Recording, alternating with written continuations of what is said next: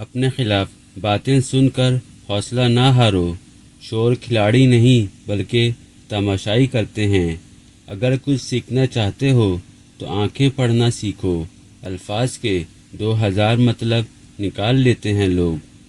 حقیقی اور سچا دوست وہ ہے جو تمہاری جانب تب آتا ہے جب ساری دنیا تمہیں چھوڑ چکی ہوتی ہے۔ اکثر بدلتی ہوئی چیزیں اچھی لگتی ہیں مگر بدلتے ہوئے اپنے بہت تکلیف دیتے ہیں۔ ایک عقل مند آدمی جتنا بے وقوف کے سوال سے سیکھتا ہے، اس سے کم ایک بے وقوف عقل مند کے جواب سے سیکھتا ہے۔ جس طرح لوگ مردے کو کندھا دینا افضل سمجھتے ہیں، اسی طرح اگر زندہ کو سہارا دینا افضل سمجھیں تو زندگی کتنی آسان ہو جائے۔ مرد اپنی نگاہ نیچی نہیں کرتا، عورت پردے کو جہالت سمجھتی ہے، لیکن دونوں احترام اور عزت کی تلاش میں ہیں۔ علم یہ نہیں کہ بات کی کتنی گہرائی ہے اور الفاظ کتنے مشکل، علم تو یہ ہے کہ بات کتنی ضروری ہے اور الفاظ کتنے سادہ۔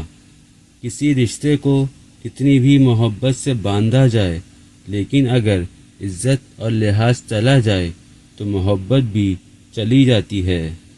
انسان کے آنسو اس وقت مقدس ہوتے ہیں جب وہ کسی اور کے دکھ اور تکلیف کو محسوس کرتے ہیں۔ جو لوگ سوال نہیں اٹھاتے وہ منافق ہیں، وہ لوگ جو سوال نہیں کر سکتے وہ احمق ہیں، اور جن کے ذہن میں سوال ابھرتے ہی نہیں وہ غلام ہیں۔ کامیاب ہونے کی کوشش کریں بلکہ قیمتی چننے کی کوشش کریں۔ ہمیشہ وہ راستہ منتخب کریں جو سب سے اچھا لگتا ہے، چاہے وہ کتنا ہی مشکل کیوں نہ ہو۔ اپنی مرضی کے مطابق جلد ہی اسے قابل قبول کر لو گے۔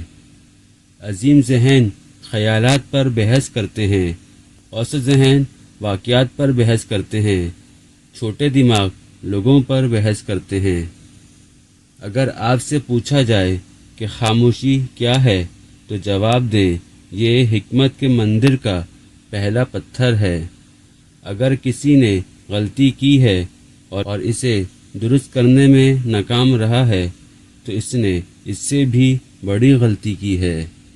اگر آپ چھوٹے کام نہیں کر سکتے تو چھوٹے کاموں کو بڑے طریقوں سے کریں۔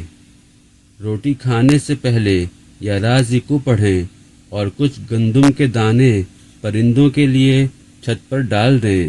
رزق ایسے پیچھے آئے گا جیسے سایہ آدمی کے پیچھے آتا ہے۔